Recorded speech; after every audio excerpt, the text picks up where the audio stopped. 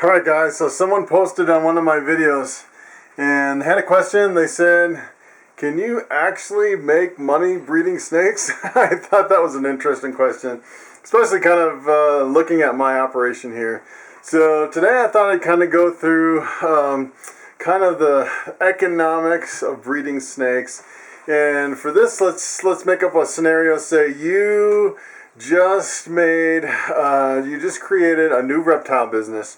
You are the CEO, Chief Executive Officer of your own reptile business, and I am your financial advisor. So I'm going to give you some financial advice, and let's go through the business plan. Okay, the first thing we need to know is we need to know the definition of two terms. One is revenue, and the other one is profit. And a lot of people that aren't used to business kind of get them confused and don't know the difference. Basically, revenue is the total amount of money coming in, and profit is that money minus all your expenses, kind of what you have left over. And probably the easiest way to differentiate revenue and profit.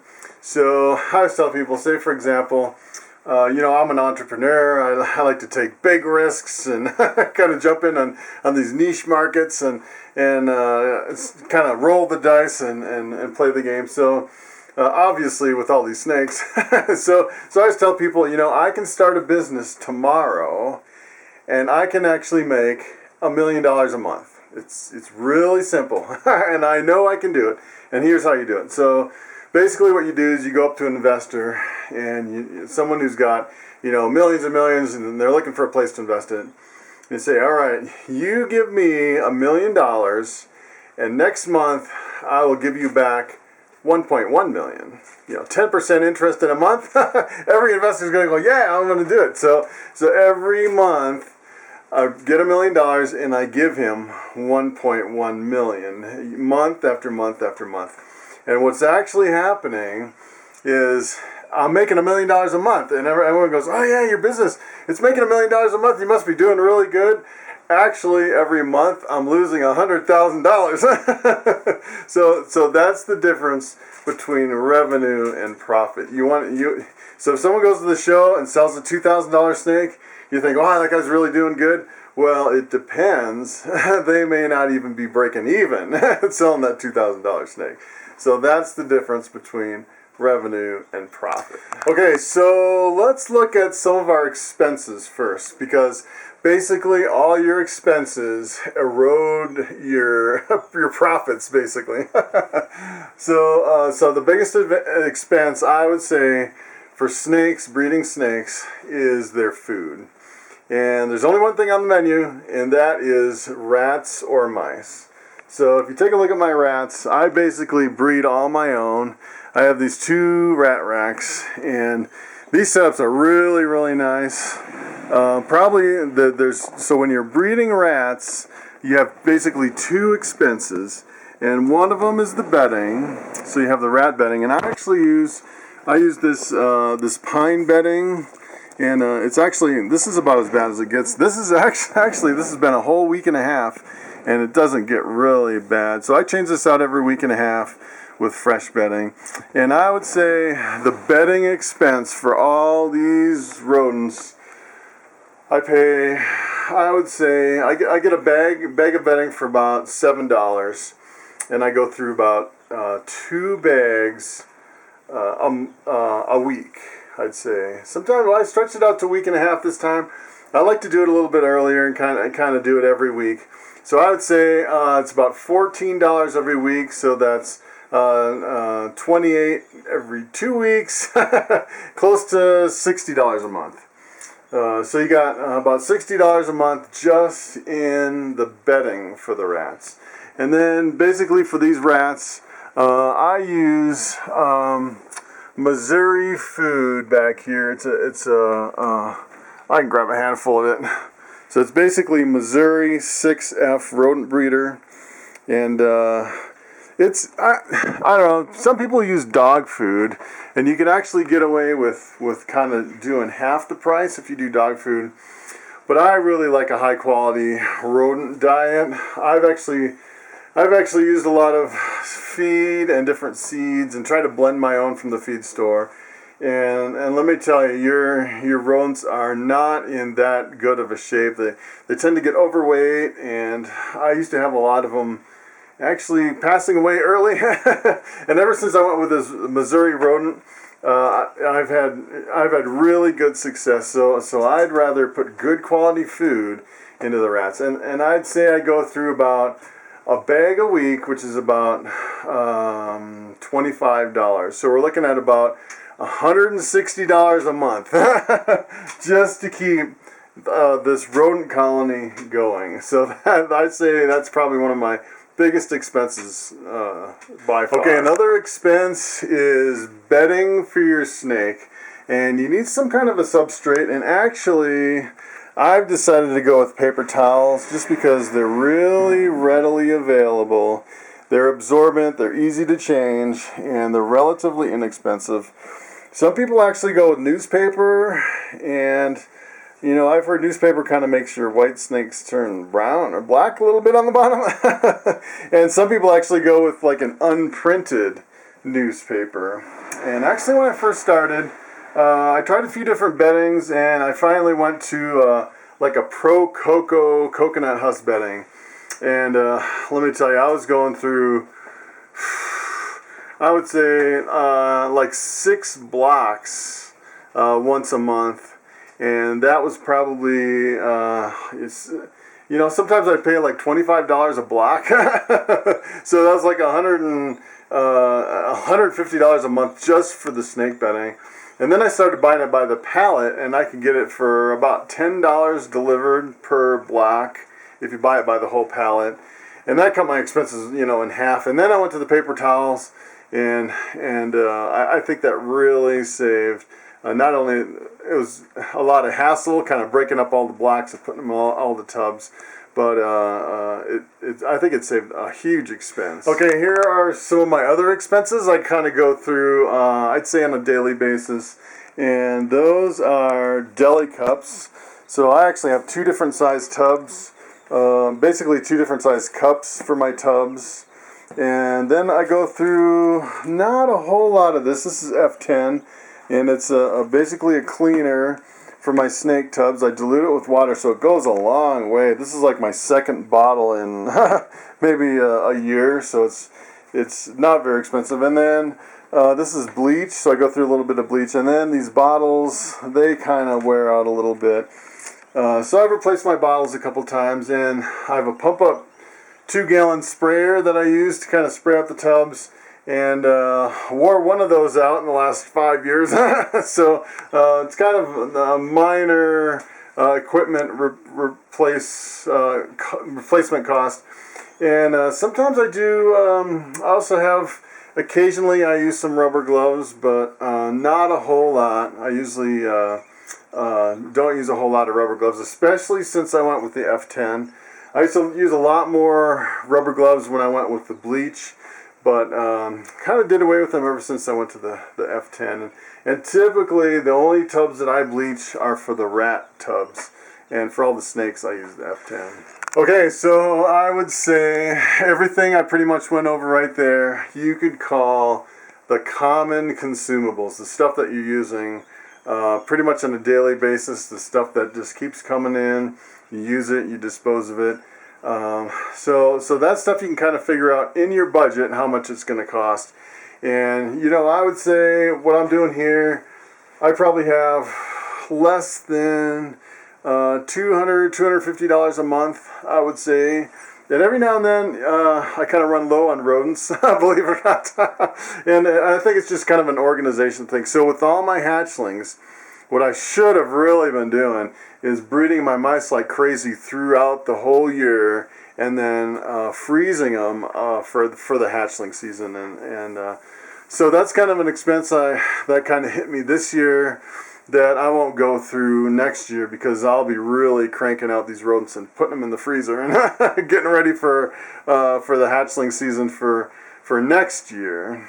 So so basically, those are my common consumables. So let's talk about your equipment costs. So equipment costs is kind of a one-time purchase. And what I did, if you look around in this room, I've really invested heavily in my equipment. And basically, with all this equipment, I'll never have to buy equipment again. The only reason I'd buy equipment again is if I expanded my operation. And this stuff is high quality, heavy duty. It'll last me probably 30 years. So this equipment will never wear out. All these racks and tubs for my breeders and the hatchlings and everything. So you asked me how much I have in equipment costs, and let me tell you, it is a lot of money. I put a lot of upfront investment, but I'm hoping it will definitely pay off. Okay, so now that you know kind of the common consumable costs, the equipment costs, from here, what you're going to need is you're going to need some snakes. You're going to need some snakes to breed, and that can be a low cost or a high cost. It could be $1 million. And believe it or not, if I had $1 million and I invested in really high-end snakes, I could fill these racks in this small room with $1 million worth of snakes. I mean, that's how crazy it could be.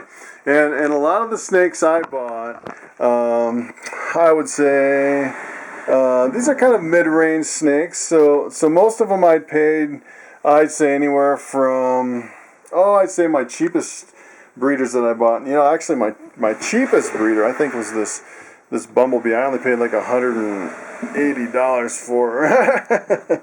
She's kind of wrapped up around her bedding there. And then probably my most expensive snake, I would say, is my scaleless head. My scaleless head, I think I paid about $1,200, $1,500. So you're talking about, on average, probably $1,000 a snake, and you need, I don't know, at least 10 or 20 snakes to get started, at least females. So you're talking about a huge cost right there. And then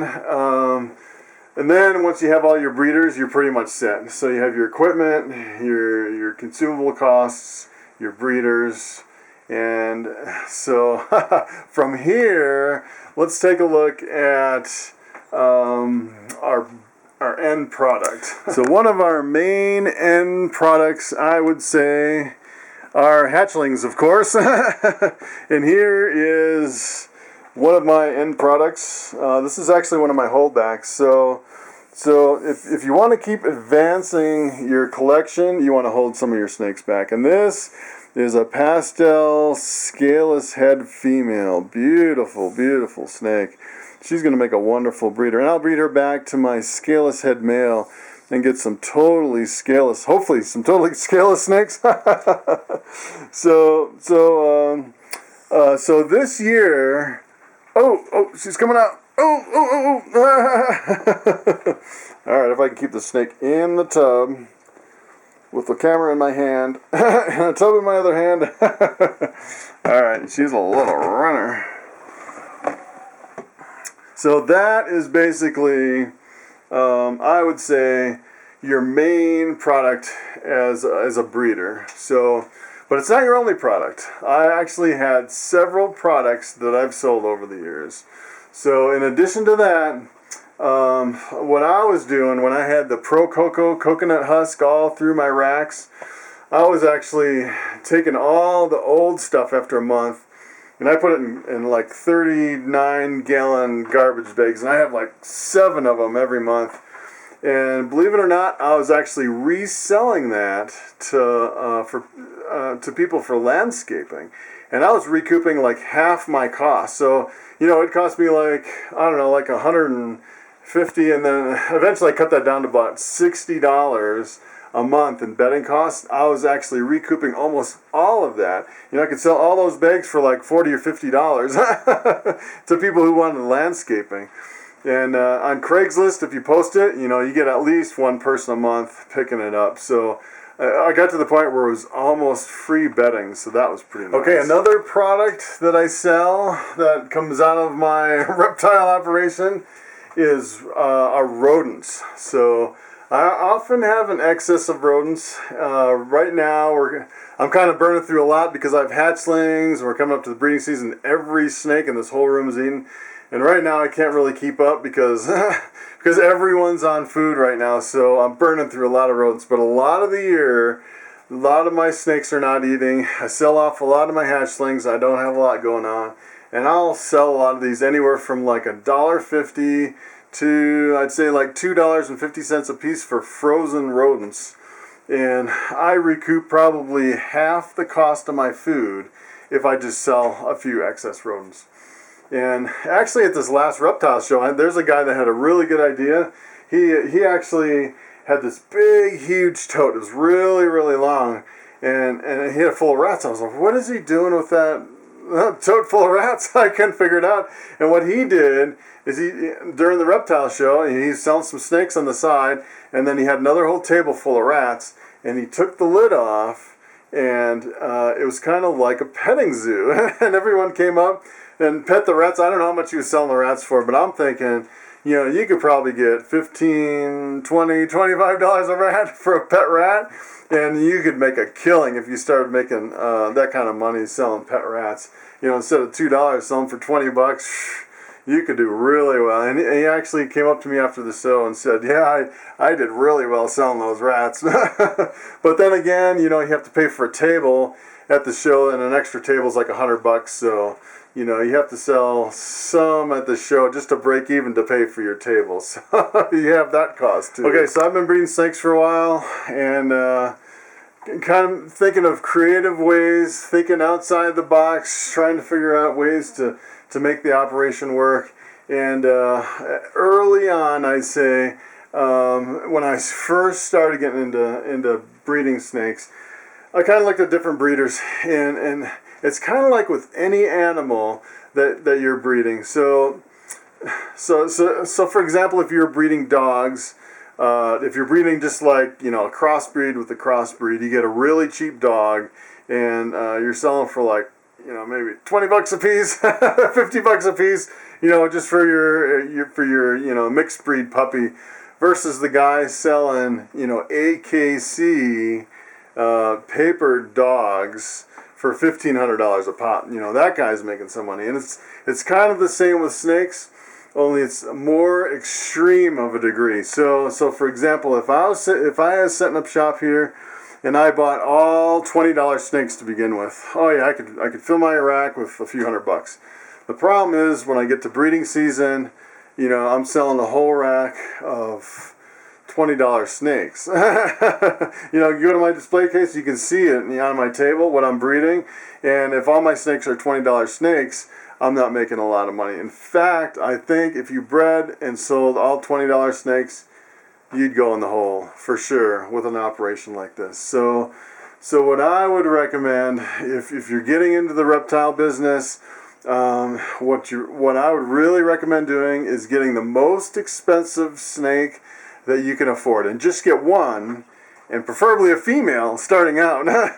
So basically, the female takes 3 years to grow up and mature. So if you can get a female instead of like $100, get one for like $1,000 or maybe a couple thousand, and 3 years down the road, you're breeding that, and you have a table full of, the price comes down a little bit, but even if they're like $500-$600 snakes, you will do really well compared to if you start out with lower end snakes. And I see a lot of people get really frustrated because they buy really cheap snakes and they've been in it for 3 years, they get ready to breed, and they start adding up all their expenses, and all of a sudden it hits them, they're like, I'm not going to make any money. I'm doing all this work and I've been doing it for 3 years, and they kind of unload all their snakes. I've seen that happen.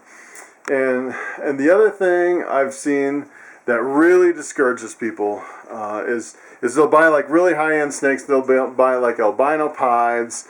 Like when I bought my albino pieds, they were selling for like $1,500. And now they're selling, I'd say, for $900, $800.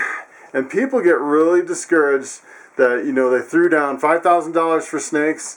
And now they're, 3 years later, after all this work, they're only worth like $3,500. But you can't look at the value of your snakes, especially if you look at the value decreasing year after year. What you really have to look at is what is the potential. So if you took that albino pied, cross it with another albino pied, and you had a whole table of $800 snakes, that's where you're going to make your money. So you're always thinking about what are the babies worth, not what I'm losing on the parents. Because if you look at what you're losing on the collection, your heart would sink if you looked at all my snakes and how much I lost just in the residual value of the parents. But then you look at my hatchlings, and this year I probably produced, I'd say, close to $20,000 worth of snakes in hatchlings. so you figure out, my expenses. Even if I'm spending $200 a month, I'm still making like 18 grand in profit. So it's, and I'm just getting started. So a lot of the stuff that I bred, was kind of the low end stuff. Just wait till all my pieds and my desert ghosts and all the stuff I'm growing up kind of kicks in. I'll definitely be making some pretty good money. Okay, there's one more thing that I want to leave you with for this discussion for your reptile business, and that is looking at the amount of money you'll be making versus the amount of work.